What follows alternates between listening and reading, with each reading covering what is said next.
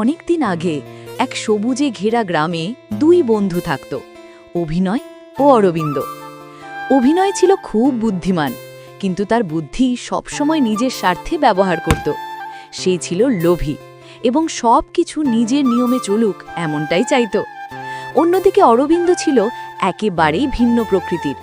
সে সরল, সাদামাটা, সৎ ও ভালো মনের মানুষ। তার বিশ্বাস ছিল সততার সঙ্গে কাজ করলে কষ্ট হলেও শেষমেশ ভালো ফল পাওয়া যায়। দুজনে মিলে তারা ছোটখাটো ব্যবসা করত। গ্রামের হাট থেকে শাক সবজি কিনে এনে বিক্রি করত। বেশিরভাগ সময় তারা পেঁয়াজ বিক্রি করত, কারণ গ্রামে পেঁয়াজের চাহিদা সব সময়ই বেশি ছিল।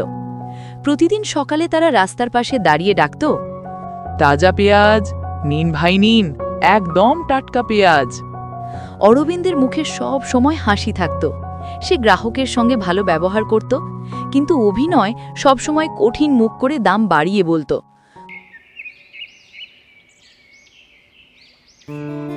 একদিন এক গ্রাহক এসে বলল, ভাই 1 কেজি পেঁয়াজ কত? অভিনয় দাম বাড়িয়ে বলল, আজ দাম বেড়েছে, কমে দিতে পারবো না। গ্রাহক বলল, আচ্ছা আমি 5 কেজি নেব, 40 টাকায় দেবে? অরবিন্দ একটু ভেবে বলল, ঠিক আছে নিন, আমাদেরও কিছু টাকা আসবে। কিন্তু অভিনয় সঙ্গে সঙ্গে চেঁচিয়ে উঠল, না না, এটা হবে না, 10 কেজিও কিনলে 40 টাকায় দেব না, এতে আমাদের ক্ষতি হবে। অরবিন্দ শান্তভাবে বলল, কিন্তু অন্তত কিছু টাকা তো পাওয়া যাচ্ছিল, তুমি না দিলে লোকটা অন্য দোকান থেকে কিনে নেবে। অভিনয় গর্ব ভরে উত্তর দিল, তুমি কিছু বোঝো না অরবিন্দ, একবার যদি এই দামে দিই সবাই কম দামে চাইবে, তখন আমরা কোনো লাভ করতে পারবো না। অরবিন্দ আর কিছু বলল না।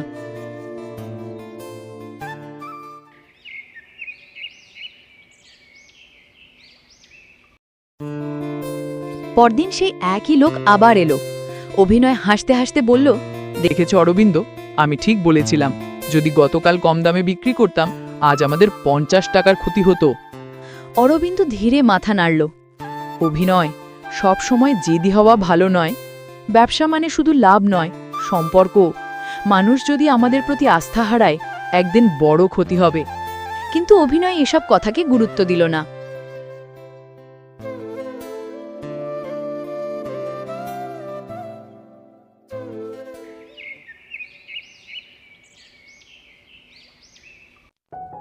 কিছুদিন পর বাজারে পেঁয়াজের দাম অনেক বেড়ে গেল। অভিনয় উচ্ছ্বসিত হয়ে বলল, এবার আমাদের সময় এসেছে, যত বেশি দামে পারি বিক্রি করব।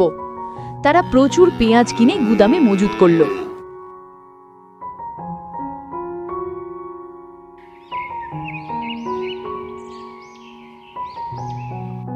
কিন্তু হঠাৎ করেই কয়েকদিন পর দাম পড়ে গেল। অরবিন্দ ভয়ে দৌড়ে এসে বলল,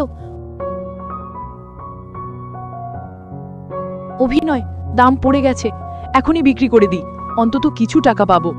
কিন্তু অভিনয় জেদ ধরে বলল, না, তুমি বোঝো না, এটা সাময়িক, দাম আবার বাড়বে, তখন আমরা প্রচুর লাভ করব।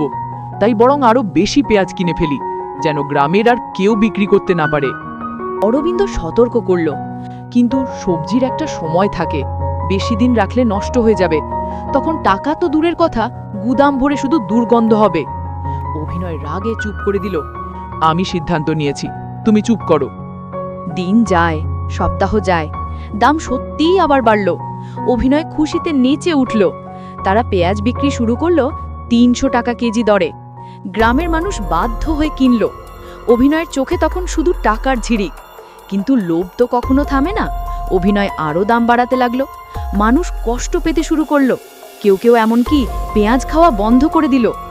এদিকে গুদামের এক কোণে থাকা পুরনো পেঁয়াজগুলো ধীরে ধীরে পচে গেল। দুর্গন্ধে 4-5 ভরে গেল।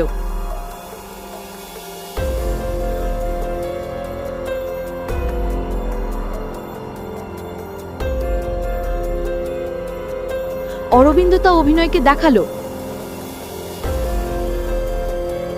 অভিনয় হতভম্ব হয়ে চিৎকার করে উঠল, আহ, এ তো এত পেঁয়াজ নষ্ট হয়ে গেল, এ তো আমাদের বড় ক্ষতি।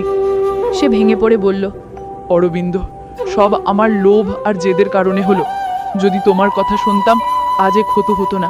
আমি বুঝেছি, সবকিছু নিজের ইচ্ছে মতো চালানোর চেষ্টা করলে শেষমেশ ক্ষতিই হয়। অরবিন্দ শান্তভাবে কাঁধে হাত রেখে বলল, ভুল বুঝতে পারাটাই বড় শিক্ষা। মানুষ ভুল করতেই পারে, কিন্তু সেই ভুল থেকে শিক্ষা নিলে সেটাই সবচেয়ে গুরুত্বপূর্ণ। সেদিনের পর অভিনয়ের মন সত্যিই বদলে গেল। সে লোভ ছেড়ে দিয়ে অরবিন্দের মতো সৎভাবে ব্যবসা শুরু করল। তারা ঠিক করল, যতটুকু লাভ যথেষ্ট ততটুকুই নেব, গ্রাহকদের ঠকিয়ে কোনো লাভ নেই। গ্রামের মানুষও ধীরে ধীরে তাদের দোকানের প্রতি আস্থা ফিরে পেল। তাদের ব্যবসা আবার ভালো চলতে লাগলো। অরবিন্দ আর অভিনয় সুখে শান্তিতে জীবনযাপন করতে লাগলো। অভিনয় সবার কাছে এক শিক্ষা দিল, লোভ মানুষকে শেষ করে দেয়, কিন্তু সততা মানুষকে বাঁচায়।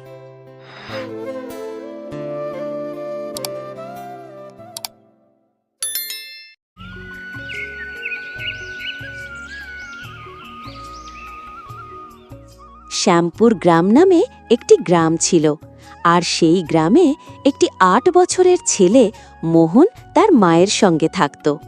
একদিন মোহন তার মা গায়ত্রীকে বলে,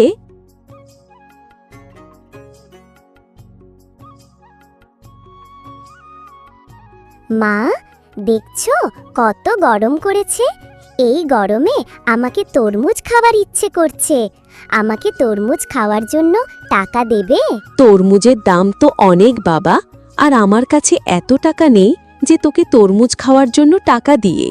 তুমি আমাকে ক্ষমা করিস বাবা, আমি তোমাকে তরমুজ খাওয়ার জন্য টাকা দিতে পারবো না। না না মা, কোনো ব্যাপার না, তুমি আমার কাছে ক্ষমা চেও না। আমি জানি আমরা কত গরিব। ঠিক আছে মা, আমি তরমুজ খাবো না। এটা বলে মোহন মন খারাপ করে বাইরে চলে যায়।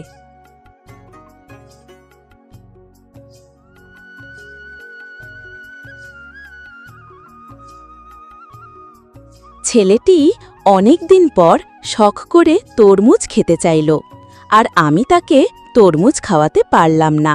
যাই একটু বাজারের দিকে যাই, যদি ধারে কিছু তরমুজ পায় তাহলে ছেলেটির জন্য নিয়ে আসব। এটা বলে গায়ত্রী তরমুজ আনার জন্য বাজারের দিকে যায়।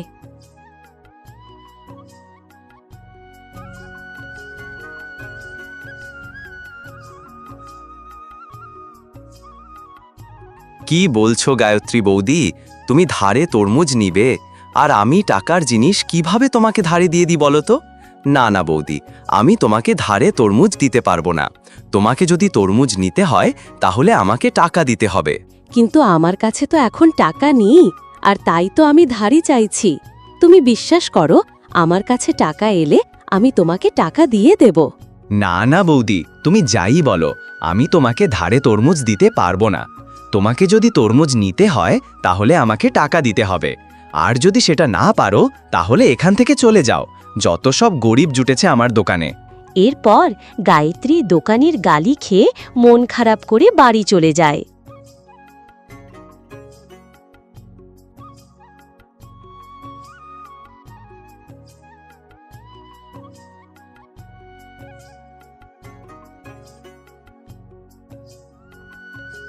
আরে মোহন, তুই এখানে বসে আছিস আর আমি তোমাকে কখন থেকে খুঁজছি। তুই এখানে একা একা বসে কি করছিস বলো তো? যাই হোক, এখন তোকে পেয়ে গেছি, এখন চল আমরা খেলতে যাই। না রে, আমি আজকে খেলতে যাব না, কারণ আমার আজকে মন অনেক খারাপ। কেন রে, তোর কি হয়েছে? তোর মন খারাপ কেন? তখন মোহন তার বন্ধু বিনয়কে তার ইচ্ছের কথা বলে, আর মন খারাপের কথাও বলে। এটা শুনে তার বন্ধু বিনয় বলে, তুই মন খারাপ করিস না মোহন, তুই আমার সঙ্গে আমার ঘরে চল। আমার বাবা বাজার থেকে অনেক তরমুজ এনেছে, মাকে বলে আমি তোমাকে তরমুজ খাইয়ে দেব। তুই আমার সঙ্গে চল। এরপর মোহন তরমুজ খাওয়ার জন্যে তার বন্ধু বিনয়ের বাড়ি যায়।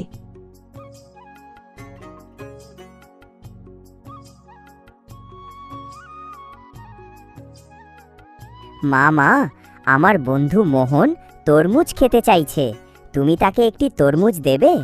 আমাদের বাড়িতে তো অনেক তরমুজ আছে, তুমি তাকে একটি তরমুজ দেবে? কি বলছিস বিনয়? একটি তরমুজের দাম কত জানিস? আর তুই বলছিস এই গরিব ছোট লোকের ছেলেকে তরমুজ দেব? না না, আমি একটিও তরমুজ দিতে পারবো না। এই ছোট লোকের ছেলে, তুই দাঁড়িয়ে কি দেখছিস? চলে যা এখান থেকে, আর না হলে আমি তোমাকে পিটিয়ে এখান থেকে তাড়িয়ে দেব। মা, তুমি মোহনকে এভাবে গালি দিও না। ও আমার বন্ধু হয়, আর একটি তরমুজ দিলে কি এমন হবে?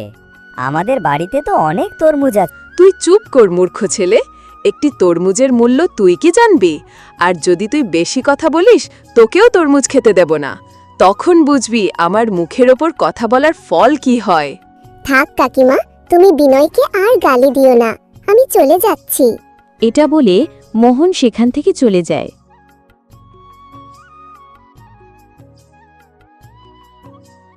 মোহন যখন কাঁদতে কাঁদতে বাড়ির দিকে যাচ্ছিল, তখন মোহনের সঙ্গে একটি পরীর দেখা হয়। পরী মোহনকে কাঁদতে দেখে বলে, এই যে মিষ্টি ছেলে, তোমার কি হয়েছে? তুমি কান্না করছো কেন? তখন মোহন পরীকে তার দুঃখের কথা বলে। এটা শুনে পরী বলে, তুমি দুঃখ পেও না মিষ্টি ছেলে, আমি তোমাকে একটি তরমুজ দিচ্ছি। এই তরমুজটি তোমাদের বাড়ির সামনে রোপণ করবে। এরপর দেখবে এই তরমুজের কামাল।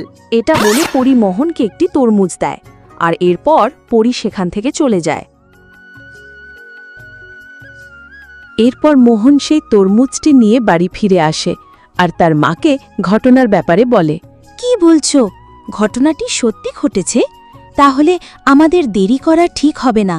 যত তাড়াতাড়ি সম্ভব আমাদের এই তরমুজটি আমাদের রোপণ করতে হবে। যেই ভাবা সেই কাজ। এরপর মা ছেলে মিলে তাদের বাড়ির সামনে সেই তরমুজটি রোপণ করে। আর আশ্চর্যজনকভাবে সেই তরমুজ থেকে একটি তরমুজের গাছ বের হয়। এটা দেখে মোহন ও তার মা গায়ত্রী অনেক অবাক হয়। মা, দেখেছো? একটি তরমুজ থেকে একটি তরমুজ গাছ বের হলো। কি আশ্চর্য ব্যাপার, তাই না? পরী আমাকে বলেছিল এটি একটি জাদুর তরমুজ। এখন থেকে আমিও তরমুজ খেতে পারবো। আমার তো খুব মজা হচ্ছে। হ্যাঁ বাবা মোহন, এখন থেকে তুই অনেক তরমুজ খেতে পারবে। যত খুশি তত খেতে পারবে। এবার তুই তো খুশি, তাই না? হ্যাঁ মা, আমি খুব খুশি।